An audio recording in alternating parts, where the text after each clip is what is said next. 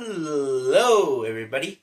In today's video, I'm going to talk about the red pill movement.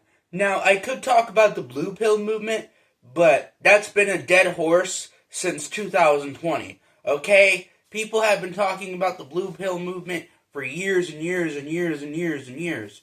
Okay?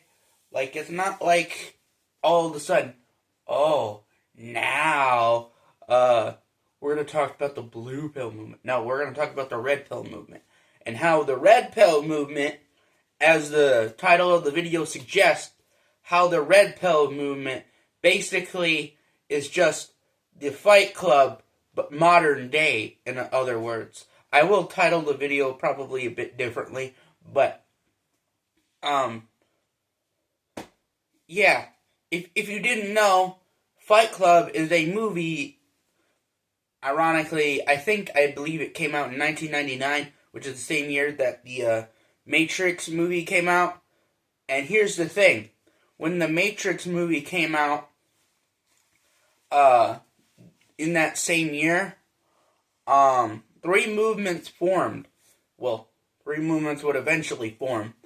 Two movements went on. One, they stayed with the original movie, and they went on to just be a part of that franchise, be the part of that fan base. The other group went on to start a religion. I am not even kidding you. There is literally a Matrix religion, or Matrixism, and they believe that the entire world is like a computer simulation, and you have to do these things or whatever. And then three, from that religious group also came the Fight Club group. And the red pill movement has been around a lot longer than you think it has. It's just it wasn't always called the red pill movement. They used to call it the masculinity movement, or they would call it like basically just, what do you call it? Something along the lines of the Fight Club. You see where I'm getting at here?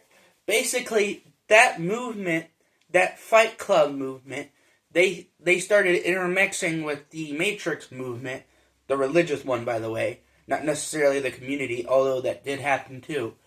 Once that started to form, right around that time, that became the red pill movement in the 2000s. But during that time, the red pill movement was completely different from today. It wasn't exactly like straight up like Fight Club, but with a different name, That's basically what it became. It became basically a cult, a money scam cult with muscles, okay? How do you go from that, like this, to what it was back then? How you go from where it was like basically an actual good movement to this? How do you get that? How do you make the red pill movement go like that?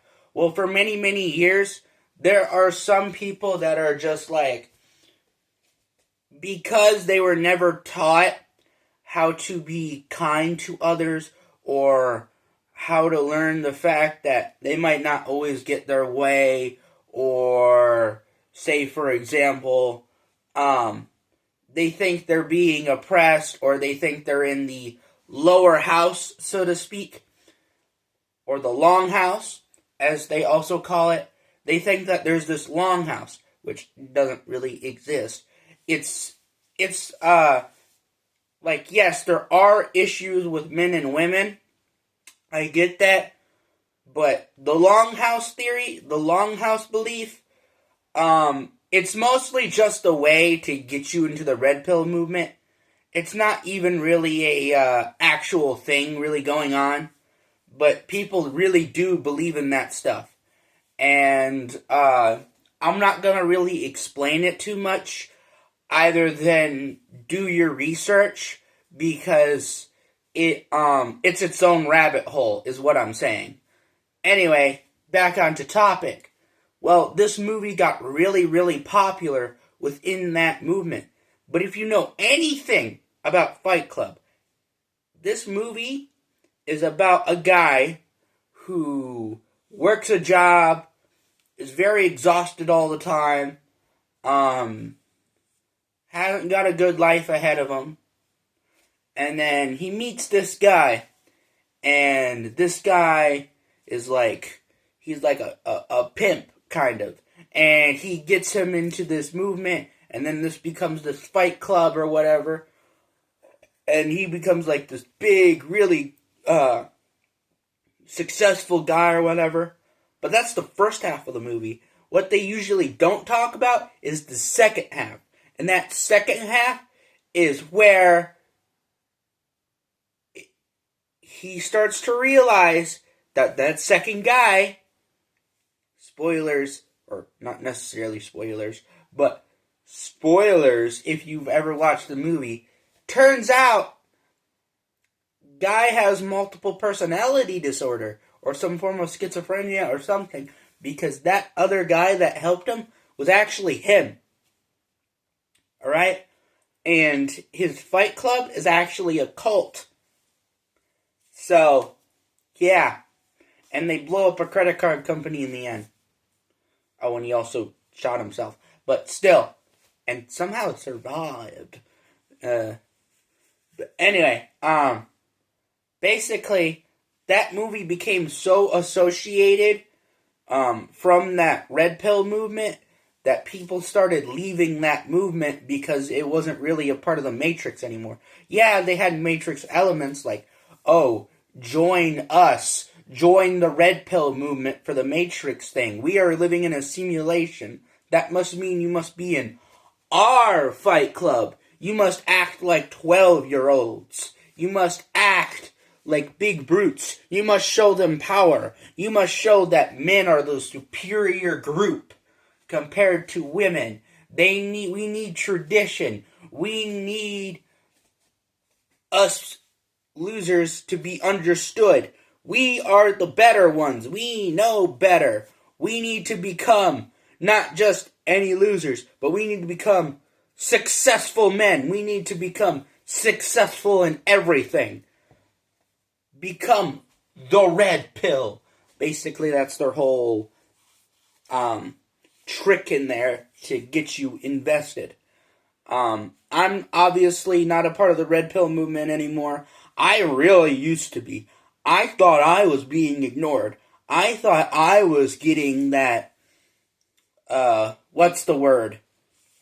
In their space.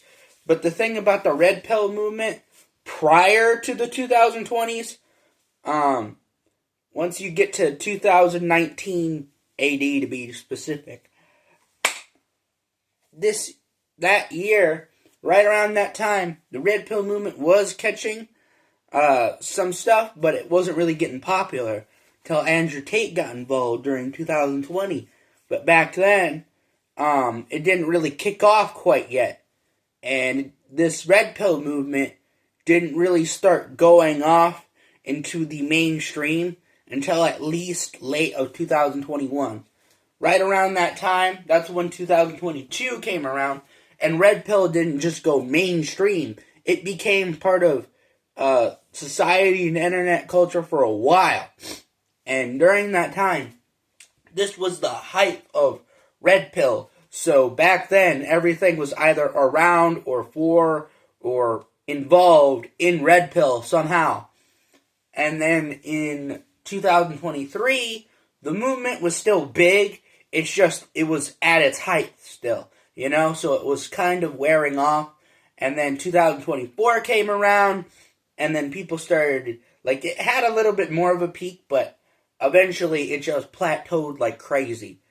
And then, as it was plateauing, they're like, oh, no, please stay with our movement. And then, you know, many other groups like the blue pill, the white pill, the black pill, the purple pill, which I also used to be a part of.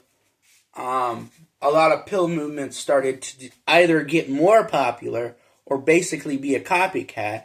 And then, because there were so many pill movements, it killed off almost the red pill movement.